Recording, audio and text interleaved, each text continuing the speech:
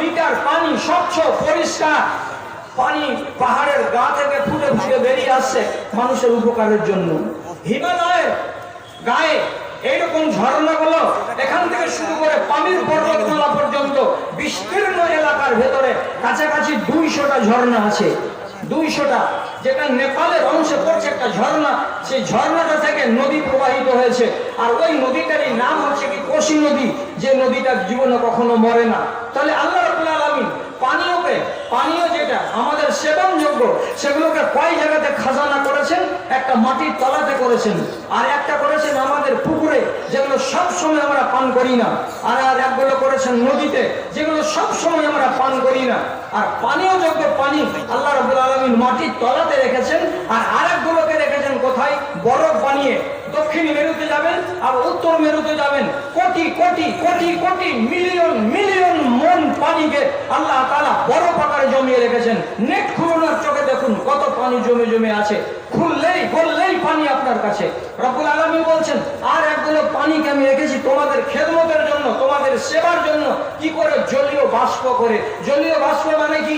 পাকুড়ের আকাশে আছে জলীয় বাষ্প, মালদার আকাশে আছে জলীয় বাষ্প। যখন সমুদ্রের পানি গরম হয়, যখন ভাপ হয়ে উপর দিকে উঠে, আর সেই ভাপগুলো গড়ে গড়ে গড়ে গড়ে উড়ে উড়ে যখন মুর্শিদাবাদের এলাকায় আসে আর জলীয় বাষ্পের সঙ্গে মিলে যায়, তখন মেঘ হয়। আর মেঘ যখন ভারী হয় তখন আস্তে আস্তে বিন্দু বিন্দু করে আমার আর আপনার জমির উপরে পড়ে, সেগুলোকে আমরা সঞ্চিত করি আর সেগুলো আমাদের ফসলকে ফলাই। তাহলে আল্লাহ রাব্বুল আলামিন কত রকম করে পানিকে বাঁচিয়ে রাখার জন্য আমাদের কাছে এই উপাদানগুলো জমা করে দিয়েছেন। মা আয়েশা রাদিয়াল্লাহু তাআলা আনহা বলছেন, তোমরা যদি তোমাদের রুজি খোঁজ করতে চাও তাহলে জমিনের তলাতে রিজিক তলাশ করে যাও, জমিনের তলাতে রিজিক আছে। তো আম্মা আয়েশার কথাটাকে নিয়ে মুহাদ্দিসিনে কেরাম খোঁজ চালাতে লাগলেন, জমিনের তলাতে আমাদের রিজিক আছে, এটা আমরা বুঝতে পারলাম না। একগুলো মুহাদ্দিসিনে কেরাম বলছেন জমিনের তলাতে রিজিক আছে, তার মানে হলো পানি।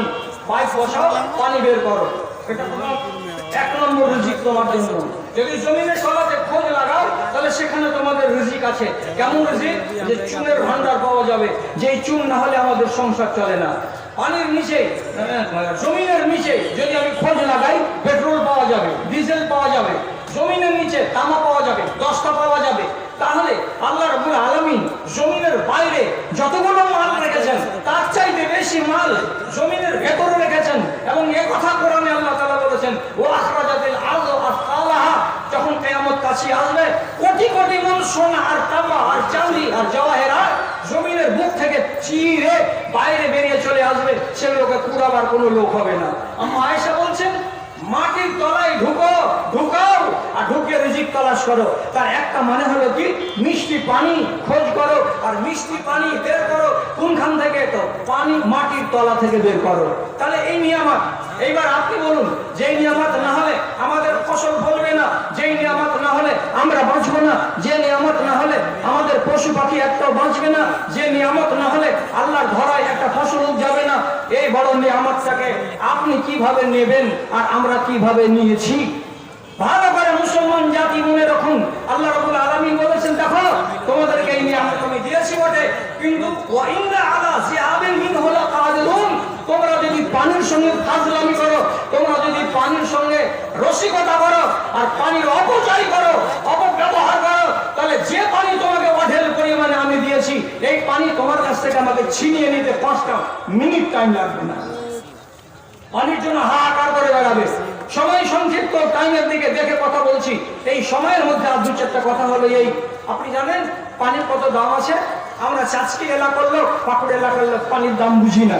ওষুখানাতে বসছি, ভট ভট করে গল্প করছি, আর নলটাকে ফুল মাত্রা ছেড়ে দিয়েছি, আর এই করে ওযু করছি আর গল্প করছি, কতটা পানি গেল আপনি খেয়াল করেননি। অথচ রাসূল করিম সাল্লাল্লাহু আলাইহি সাল্লাম তিনি নিজে বলছেন, আমি 102 কেজি পানিতে গোসল করেছি, আর 580 গ্রাম পানিতে, মিলিগ্রাম অর্থাৎ এই হাফ লিটার থেকে কম পানিতে আমি কি করেছি? ওযু বানিয়েছি। তাহলে আপনাকে এদিকে সাবধান হতে হবে। নল খুলে রাখা চলবে না। আপনি নিজের মার্শালকে খুলে দিয়েছেন আর রোডে পানি বহে বহে চলে যাবে, এরকম কাজ করবেন না। আল্লাহ রাব্বুল আলামিন আপনাকে সাবধান করার জন্য বলেছেন, ইন আসবাহা মাউকুম গাওরান ফামা ইয়াতিকুম বিমাইন মাইন, তোমাদের পানি যদি আসমানে উঠে যায় তাহলে এই পানিগুলোকে কে এনে দেবে? তখন পানির জন্য ত্রাহি ত্রাহি করবে।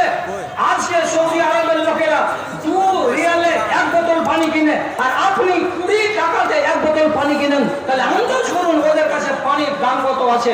আর ভারতবর্ষের মাটিতে বহু প্রদেশ আছে যেখানে পানির জন্য মানুষেরা ত্রাহি ত্রাহি করছে, আর আপনি পানিগুলোকে বরবাদ করছেন। পানি বরবাদ করবেন না, পাইপ ফাটিয়ে পানিকে যেখান সেখান থেকে বের করবেন না, ওযুখানায় বসে ওযুকে বরবাদ, পানিকে বরবাদ করে নষ্ট করতে যাবেন না।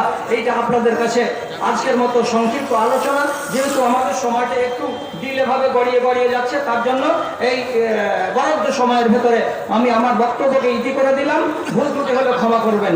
আজকের মতো আপনাদের তোহফা এখানে আছে এই কাউন্টারের কাছে, যে এবছরের লেখনী আর রাইয়ান ওখান থেকে সংগ্রহ করবেন। যারা যারা দিন পিপাসু, জ্ঞান পিপাসু, বইয়ের প্রেমিক, তারা ওখানে খোঁজ করবেন।